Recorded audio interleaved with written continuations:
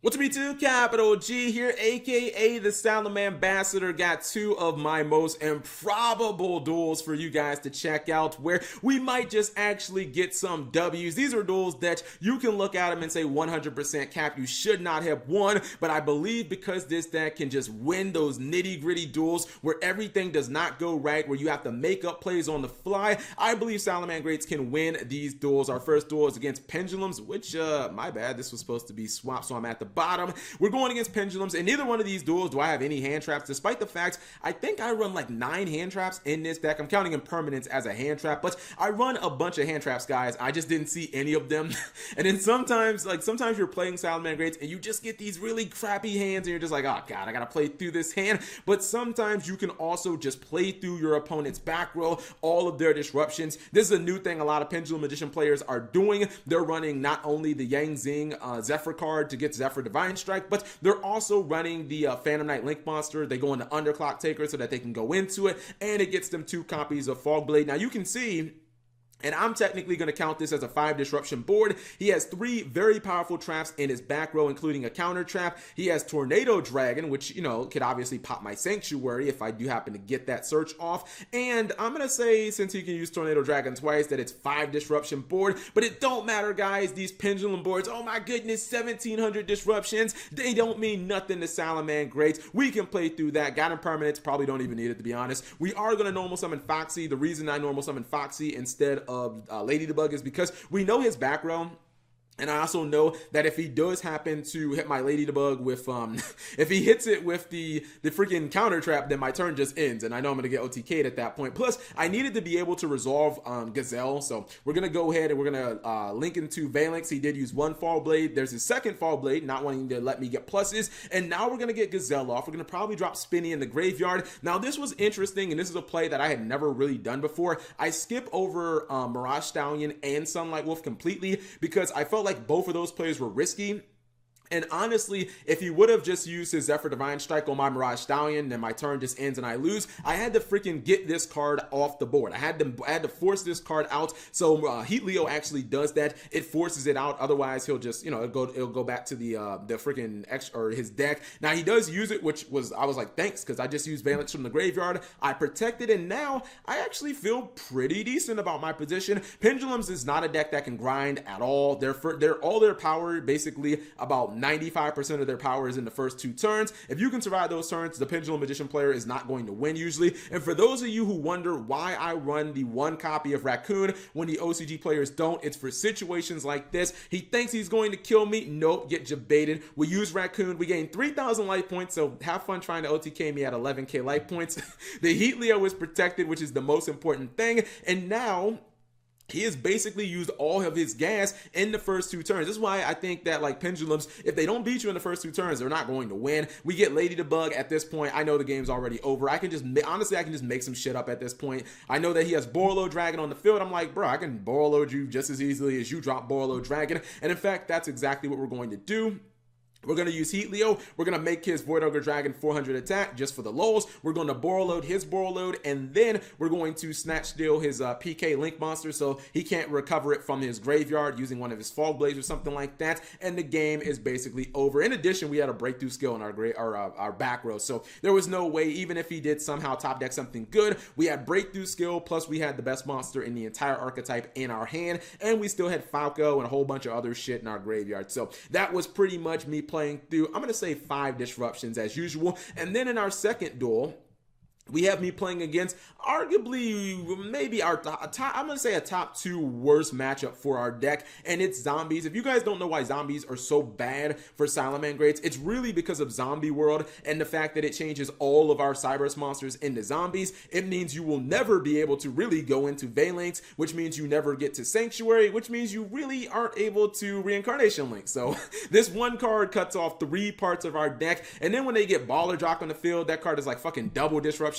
every single turn. This is all like, oh god, you know, it's way too rough. Plus you don't get the Valence protection because you never summon it, but it's really difficult. And obviously As I said before, I got 9 hand traps, but it didn't matter because I didn't draw any of them, man. You know, it's rough going second against zombies, especially this is something I never had happen to me. I've never had somebody Omega me turn 1. It takes away my normal summon, which just kind of sucks. I mean, when I say my normal summon, this is the best normal summon in my hand, the Foxy, because generally it's going to get me a +1, but we can't, you know, cry over that. We did get Called by the Grave, which was nice because it gets rid of his baller drop, and now I did mess up here. What I meant to do was I should have normal summoned Spinny, discarded Spinny to make the first Spinny on field 1500, and then I should have, well, no. Damn it, how could I actually? No, you know what? Maybe I didn't fuck up, because if I make my first Spinny 1500, I still can't attack over his Vampire Sucker because she's 16. So no, I don't think I actually ended up messing this up. But regardless, I have to do kind of I have to give him a card because I did special summon from my graveyard. I want to get both of his monsters off the field in one turn,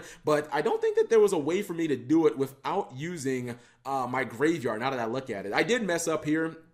I didn't have to set a Roar of its own effect. I should have just added it to my hand and then set it, although it really doesn't make that big of a difference. We do use Roar in his Unizombie, but he has a Foolish Burial, so that sucks.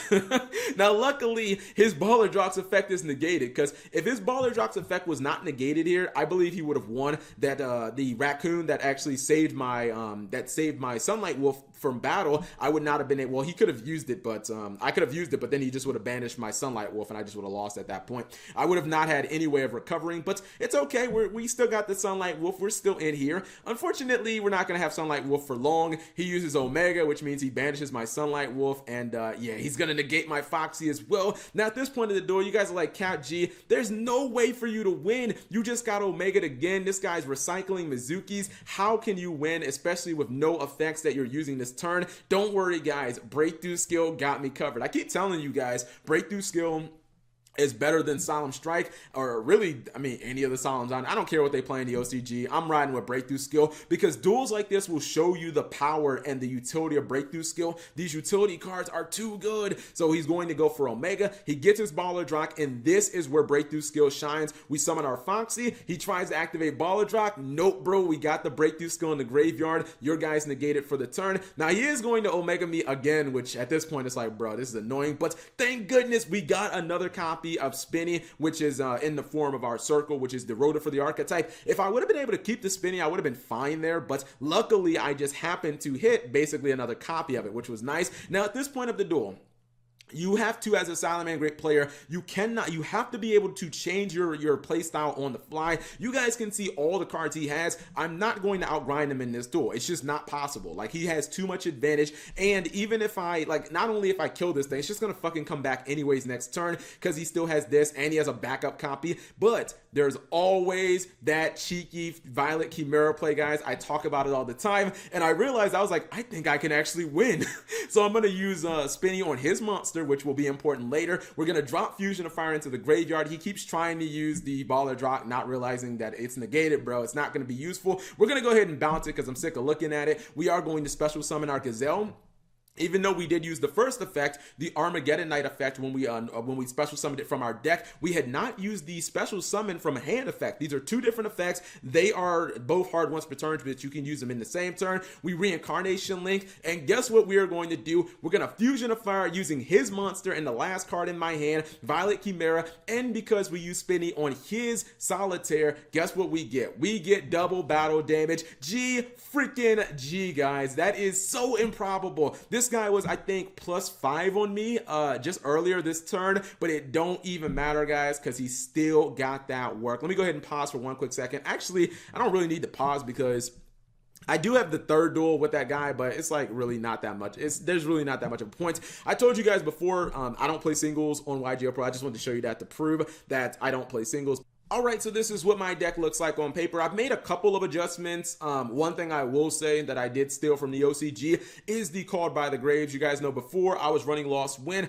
I've stayed with Breakthrough Skill over Lost Win, and it's mainly because I want the freedom of being able to activate the second activation at my will, not my opponent's. With Lost Win, yes, you will get a second activation, but it requires your opponent to go back into their extra deck, and sometimes they won't do it. Sometimes it'll take them a couple of turns. With Breakthrough Skill, you can use this. Called by the Grave, you guys saw in that second duel, it came up really clutch. A lot of times I try to use it against like Monster Reborn type effects where my opponent just tries to get something from their graveyard and I just banish that. I don't really use it on hand traps that much. If my opponent would Ash my Ladybug, then yes, I will actually stop it. But if they're just going to Ash like a Valence or something, I'm just going to take the +1 at that point. If my opponent Ashes Foxy, I'm probably just going to take the +1 and I'll wait, maybe a turn later to try to use Called by the Grave on something else that's, a little more important. I really don't think I've changed all that much. The only card that I'm a little iffy on is Ghost Bell. Sometimes I have this card and like half the time I don't really know what I can stop unless it's a Monster Reborn type card. So, and I feel like there's just nothing better, like Gamma doesn't really work as a singular card. Gamma requires like 4 spots in a deck, and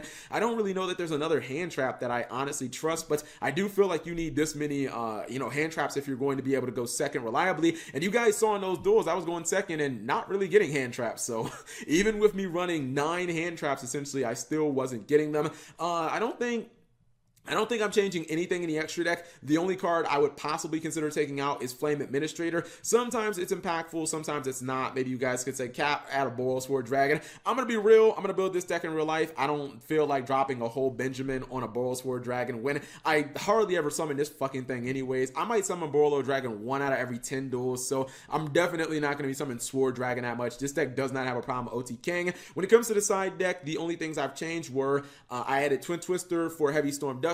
This deck, since about half of the monsters special summon themselves from the graveyard, has no problem discarding, and it came down to like True Draco and Altergeist and not wanting to have to wait a turn with Heavy Storm Duster. If my opponent goes first with True Draco and they have like a Skill Drain or a Monarch's Erupt, if your opponent resolves that and you have a Heavy Storm Duster, you're going to lose that duel probably against True Draco. If you have a Twin Twister and you're able to get rid of that card, you probably are going to win that duel. And then Prankatrops, I just realized I was watching Blade Yu-Gi-Oh! He was dueling with this deck on his live stream and he was playing a game 2, and it just kind of was like a light bulb in my head. I started playing Prankatrops. This is like one of the most disgusting cards in the side deck. This card is just way too good, man. So generally this also plays around defensive traps like the Fog Blades. Your opponent tries to Fog Blade, maybe your effect of like Foxy, and you just use the Prankatrops to pop it, because your engine with this deck is so much better than almost every deck in Yu-Gi-Oh! That I feel like most decks can't really play you straight up. Like they have to floodgate you or something